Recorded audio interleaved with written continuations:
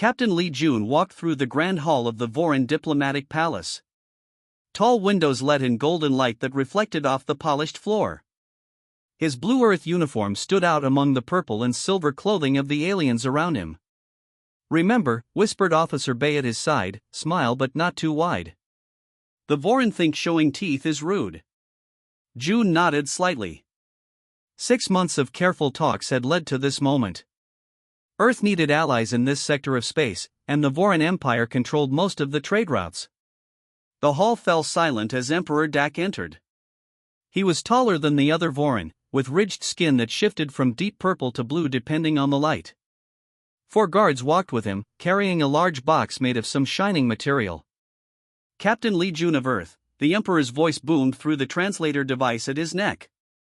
"Your people have proven their worth by defending our ships from the space pirates." Jun bowed at the exact angle they had practiced. "The alliance between our worlds benefits us both, Your Majesty." The Emperor's mouthparts clicked in what the humans had learned was a sign of agreement. He waved a long-fingered hand at the box's guards now placed on the floor between them. "It is our way to reward great service with a great gift," said the Emperor. "I present to you a companion of the highest quality." Jun's smile froze. He glanced at Bay, whose eyes had widened in alarm. "A companion?" Jun asked carefully. "A personal attendant. What you might call." The Emperor paused while his translator searched for the right word. "A concubine." The room grew very quiet.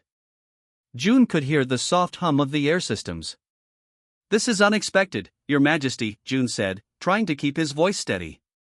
"In our culture, we do not." "She is from the Terra people," the Emperor continued as if Jun hadn't spoken. "They have served the Vorin Empire for generations.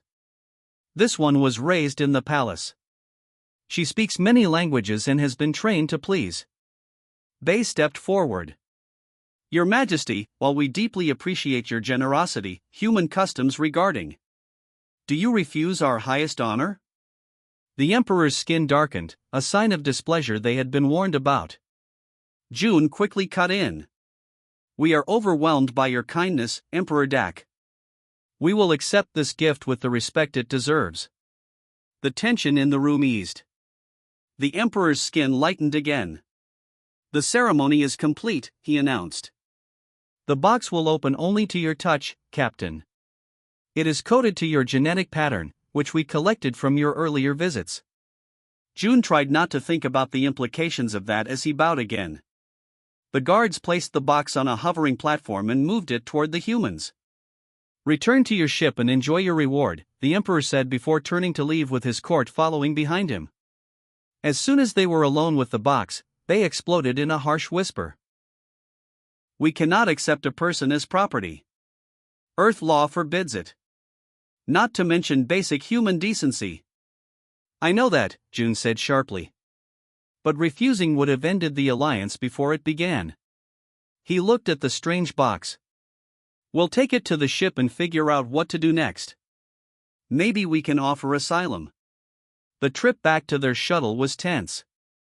For Earth security officers surrounded the hovering platform with the box, watching for any signs of danger. The diplomatic team walked ahead, already composing messages to Earth Command about this development. Once aboard the shuttle, Jun ordered the box secured in the cargo hold for the journey back to the Harmony.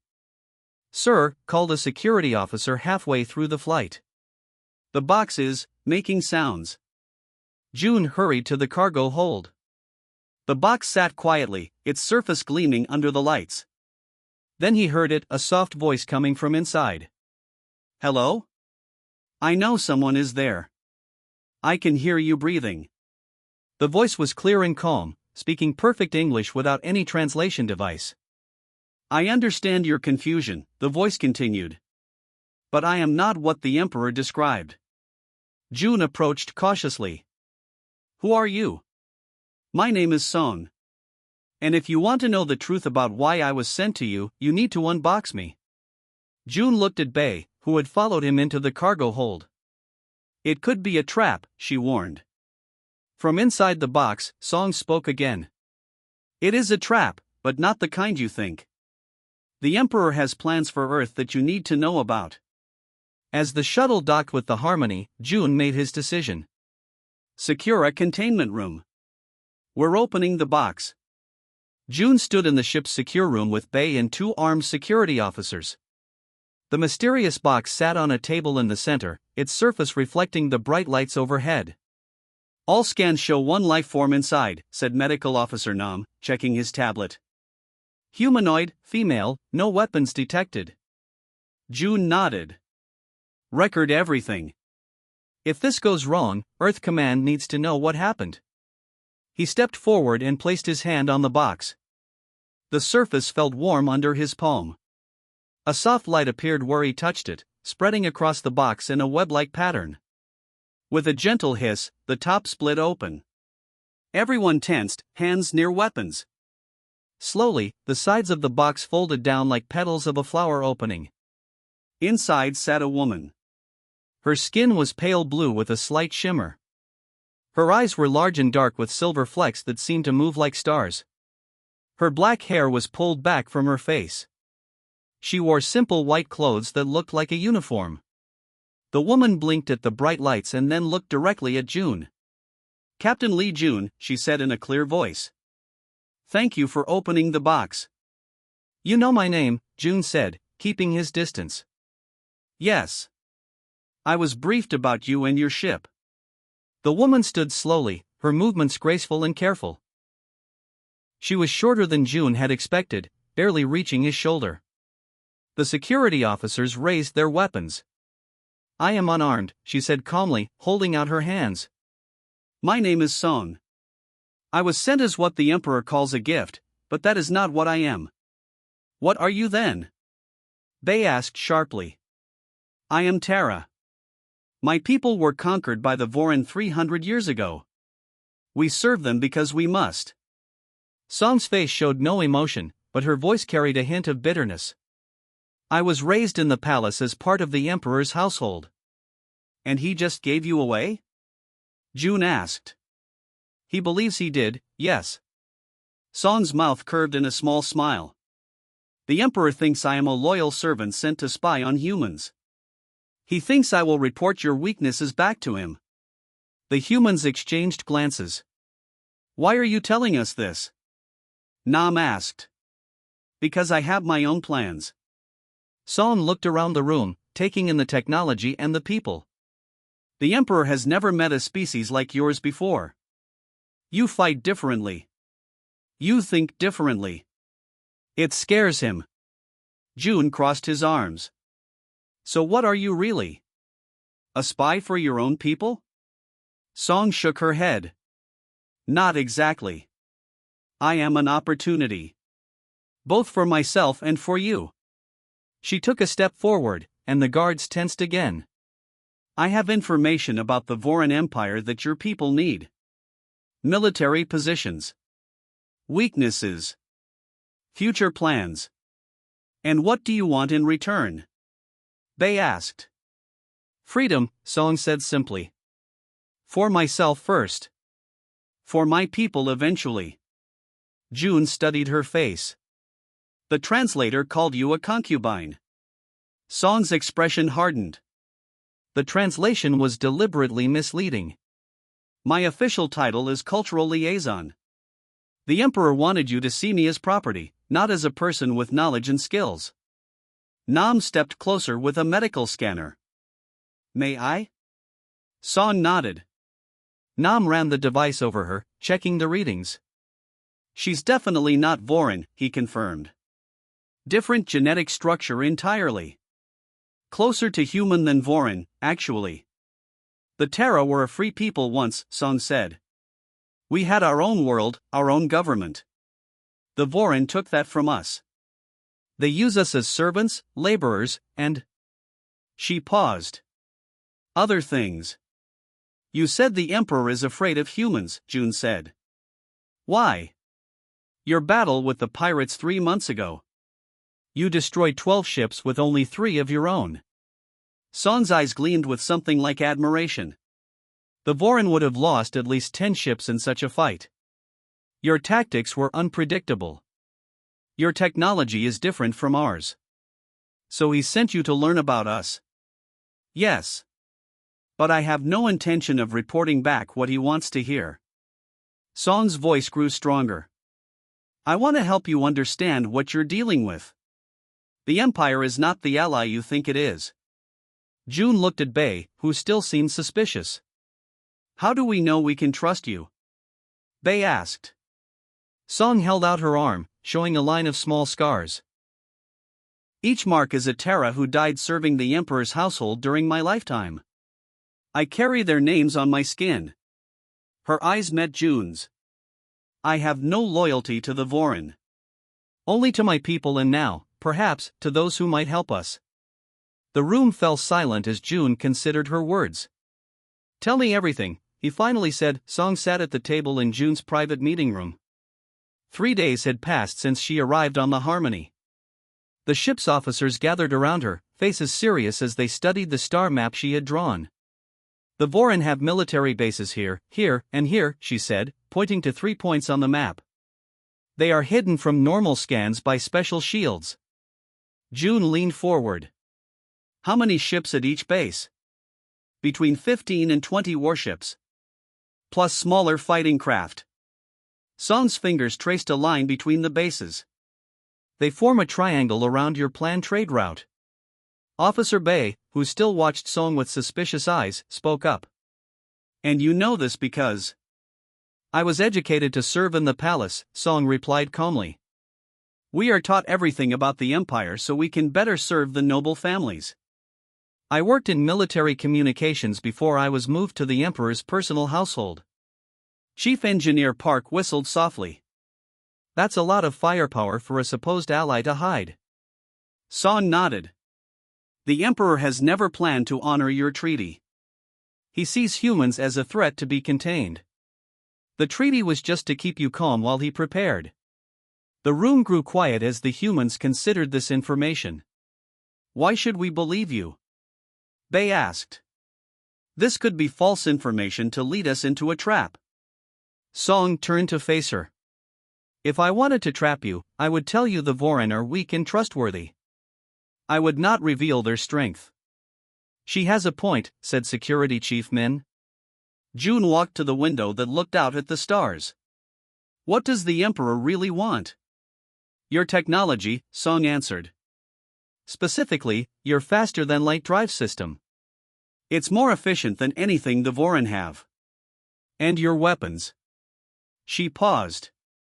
The Emperor was impressed by how quickly your ships destroyed the pirates. Those weren't pirates, June said, turning back to face the group. Were they? Song's mouth curved in a small smile. No. They were Vorin ships disguised as pirates. The Emperor wanted to test your capabilities. The officers exchanged shocked looks. So those crews died just for a test? Park asked, his voice rising in anger. The Vorin do not value life the way humans do, Song said simply. Especially not the lives of those they consider below them. June returned to the table. What's the Emperor's plan? When will he move against us? Soon. Within 10 days. Song pointed to another spot on the map. He will invite your fleet to a special ceremony here, at the Sacred Moon. It's a great honor that would be suspicious to refuse. But the location will put your ships at a disadvantage, surrounded by the hidden bases. And once we're trapped, they strike, Min said grimly. Song nodded. The Emperor believes humans are dangerous because you are unpredictable. But he also thinks you are naive. Too trusting. What about your people? June asked. The Terra. Where do they stand in all this? Something flickered in Song's eyes. We have been slaves for 3 centuries. Some have forgotten what freedom feels like. Others. She touched the scars on her arm. Others remember our old stories and wait for a chance. A chance for what? Bei asked. To fight back. Song leaned forward. There are Terra on every Vorin ship, in every base. We are the workers, the servants. The ones no one pays attention to. We see everything. We hear everything. June studied her face. You're not just looking for personal freedom. You want a rebellion. I want justice, Song corrected. The Vorin took our world and made us into things. Not people. Chief Min shook his head. Even if everything you say is true, we can't fight the entire Vorin Empire. We're just one Earth fleet. You don't need to fight the entire empire, Song said. Just create enough chaos to force the Emperor to negotiate. The Vorin respect strength. Show them yours, and they will listen. June tapped the table, thinking hard. If we expose their trap before it's sprung, then we have leverage, Park finished. They still looked doubtful. Or we walk right into their real trap. Song turned to her. Officer Bei, your caution is wise. In your position, I would feel the same. She pulled a small device from her pocket and placed it on the table. This contains the communication codes for the Vorin fleet. Test them. Verify what I've told you. The room fell silent again. If we do this, June said slowly, if we help you, what happens to the Terra? Song's eyes met his, steady and determined. We take back our future. And Earth gains an ally who will never forget who helped them win their freedom. June nodded. We need a plan. The Harmony moved slowly toward the sacred moon, leading 3 other Earth ships. The giant silver moon hung in space like a perfect sphere, surrounded by small Vorin vessels. Colored lights decorated the ceremonial platforms built on the moon's surface. On the bridge, Captain June stood with his hands behind his back, face calm despite the tension in his shoulders. Song stood beside him, now wearing an Earth uniform adjusted to fit her smaller frame. They're scanning us, reported Communications Officer Park. Standard security protocols, according to their message. Let them look, June said quietly. They won't find anything unusual. Song's eyes were fixed on the viewscreen. The Emperor's personal ship is there. The large one with the purple lights. June nodded. For 7 days they had prepared, using Song's knowledge to create a plan that seemed impossible. Earth Command had been skeptical but ultimately approved the risky strategy. Captain, Park called out, we're receiving a transmission from Emperor Dak. On screen, June ordered. The Emperor's face appeared, his skin shifting between deep purple and blue. Captain Li Jun. We welcome you to the Sacred Moon Ceremony. This honor has never before been extended to non-Vorin species. We are deeply grateful, Your Majesty, June replied with a perfect bow. My crew and I look forward to strengthening our alliance. The Emperor's mouth parts clicked. Indeed. Please bring your command staff to the surface. The ceremony begins in 1 hour. His eyes shifted to Song. I see my gift serves you well. June felt Song stiffen beside him, but her face remained expressionless. She has been most helpful in teaching us Vorin customs. Excellent. We will meet soon. The transmission ended. He's suspicious, Song said immediately. He expected me to have contacted him by now with information. Then we proceed as planned, June said. He turned to his crew. All stations, prepare for Protocol Sunrise. Communications, send the signal to the fleet. The bridge crew moved with practiced efficiency. No one spoke of their fear, though June could see it in their eyes. If Song was wrong or lying, they would all die today. 40 minutes later, June led a small team to the shuttle bay. Song, Bei, and 2 security officers would accompany him to the surface. The rest of the plan depended on perfect timing. As their shuttle approached the moon, June glanced at Song. Are you ready? She nodded once. My people have been ready for 300 years. The landing platform was crowded with Vorin officials in ceremonial armor. Guards directed the humans to a grand hall carved into the moon's surface. Emperor Dak sat on a temporary throne at the far end, surrounded by advisors. Captain Li Jun, the Emperor announced as they approached. Today you join a small group of honored allies in the history of our empire. June bowed again. The people of Earth value this friendship. The Emperor's eyes narrowed slightly. Before we begin the ceremony, I would speak with you privately. A matter of mutual security. Of course, June agreed. They were led to a smaller room off the main hall. As soon as the doors closed, the Emperor's manner changed completely. "Where is the information?" he demanded, looming over June. "My gift should have contacted me days ago with reports about your ship's capabilities." June met his gaze steadily. "You mean Song? She told us everything, Your Majesty. About your test with the fake pirates. About your hidden bases surrounding this position. About your plans to steal our technology."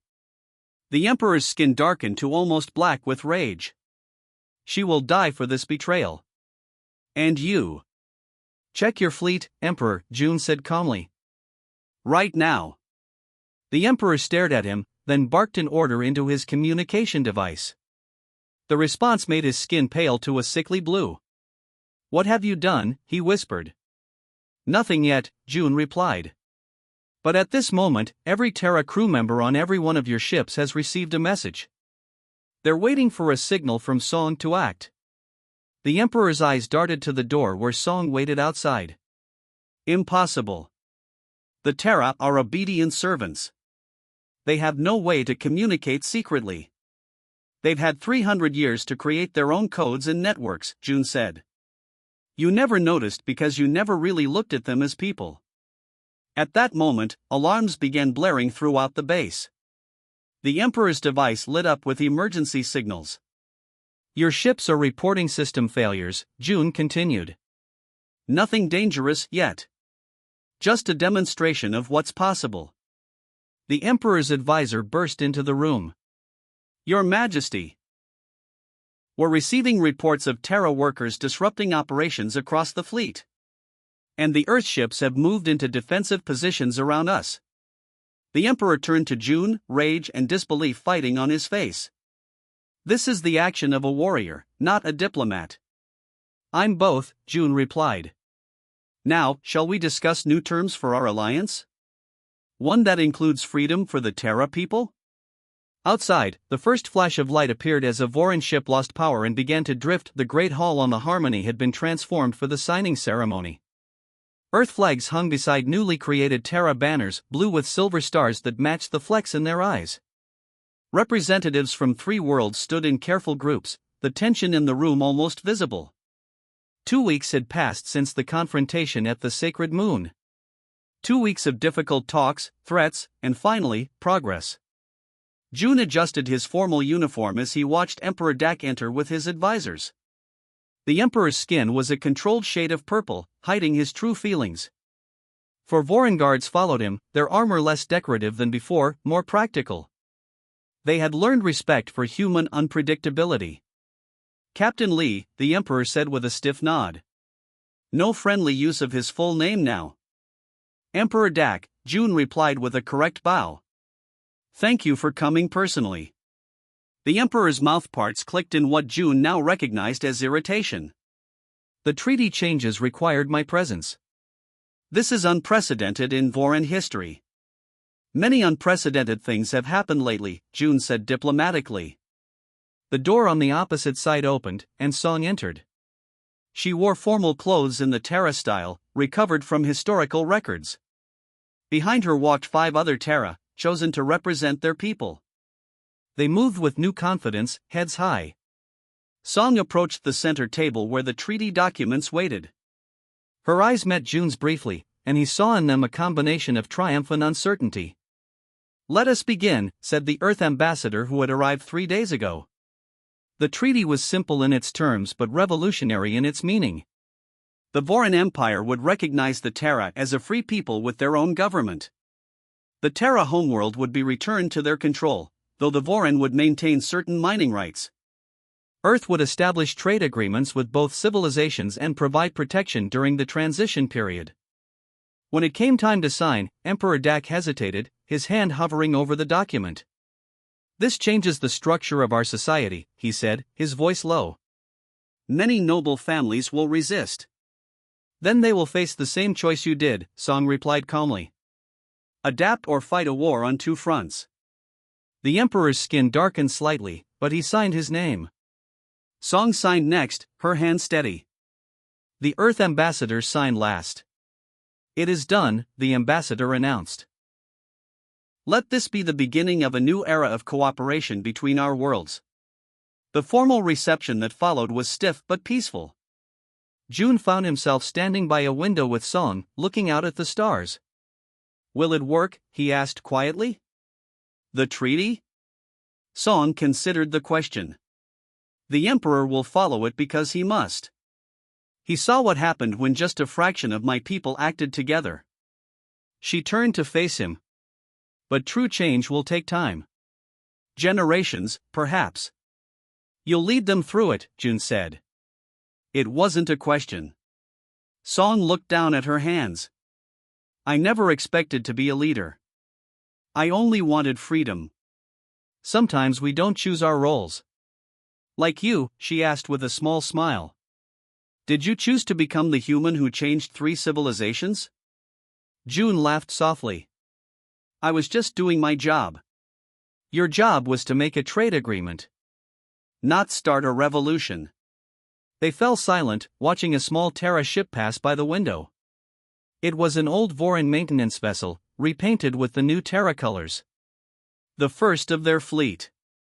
What will you do now? Song asked. Now that the crisis is over? Continue exploring. There are other species out here, other worlds to discover. June turned to her. Earth has offered a permanent ambassador position to the Terra Nation. I'm considering accepting it. Song's eyes widened slightly. You would stay? Someone needs to help your people navigate the transition. Someone the Emperor respects and fears a little. And someone my people trust, Song added softly. Across the room, Emperor Dak was preparing to leave. He glanced over at them, his expression unreadable. He still doesn't understand what happened, Song said. How his gift became his downfall. He thought you were a thing to be given away, June replied. Not a person with her own mind and will. A common mistake of those who rule by taking freedom from others. Song looked around the room at her people, now moving freely among the other species. They forget that chains create dreams of freedom. And that dreams can become actions when the moment is right. The emperor departed with his guards. The Terra representatives gathered together, already discussing plans for their new government. It begins now, Song said, her voice filled with wonder and determination. After 300 years, it finally begins. June watched her face and saw in it the future of a people reborn. No, he corrected gently. It began the moment you said unbox me.